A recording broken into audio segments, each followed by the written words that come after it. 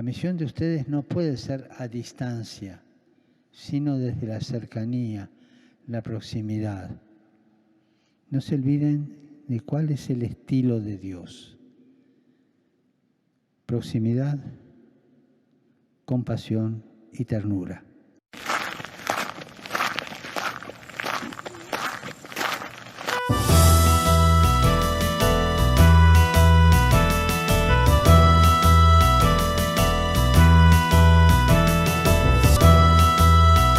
Greetings to everyone and welcome to the fourth and final edition of the news of the 26th General Chapter of the Claretian Missionaries in Nemi, Italy. All's well that ends well. After 28 days of prayer, work, sharing, listening, and discernment, the celebration of the chapter concluded on Sunday, September 12, 2021.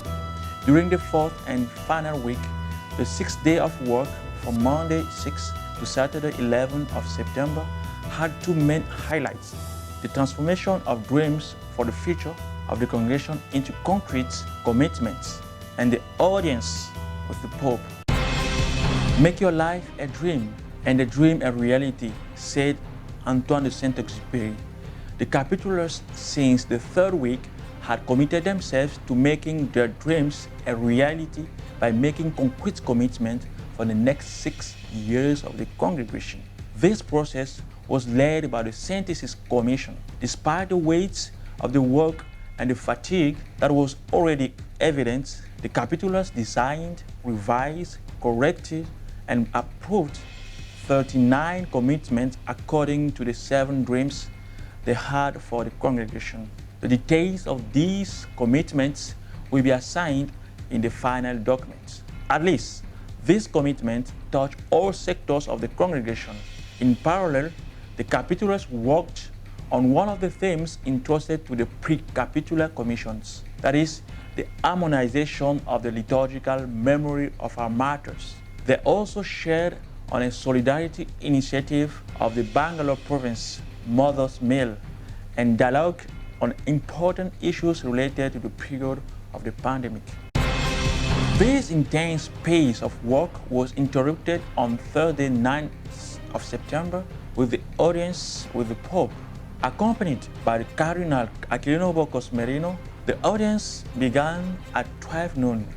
After a word of welcoming, Father Matthew Vatamatam thanked the Holy Father for his closeness and encouragement, recalling the great good his message has done us during the previous general chapter. The path of transformation traveled by the congregation during the 6 years period, the synodal and appreciative perspectives in which we wanted to approach the present chapter and the challenges that lied ahead in terms of rootedness and audacity. Then the Pope himself took the floor to address the capitulars. He began by congratulating and encouraging the new Superior General and his councillors in the task entrusted to them. He then invited them in various ways to weave a life of deep relationship with the Lord in order to become audacious missionaries of the gospel who do not allow themselves to be discouraged either by the aging of the body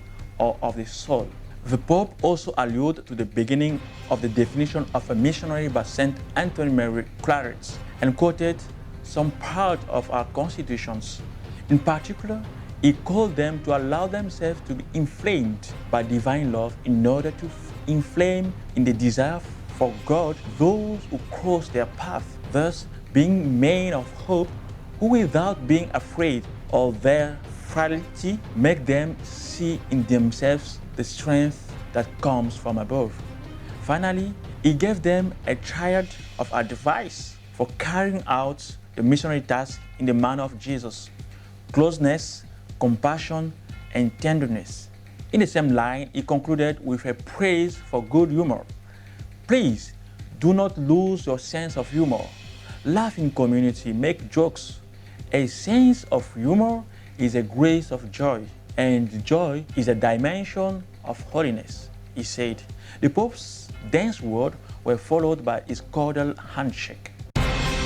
On Monday, September 6, Fathers Richard Costa Josa and Gonzalo Fernandez celebrated respectively 54th anniversary of his birth and 45th anniversary of his first profession. On Tuesday, September 7, it was the turn of the confreres from the Philippines to celebrate the 500 years of Catholic faith in the Philippines and the 75 years of Claretian presence in the archipelago. It should be noted that after the audience with the Pope, Cardinal Aquilino Bocos discreetly and fraternally joined the Capitulars in their last moment of work and presided at the closing Eucharist on Saturday evening.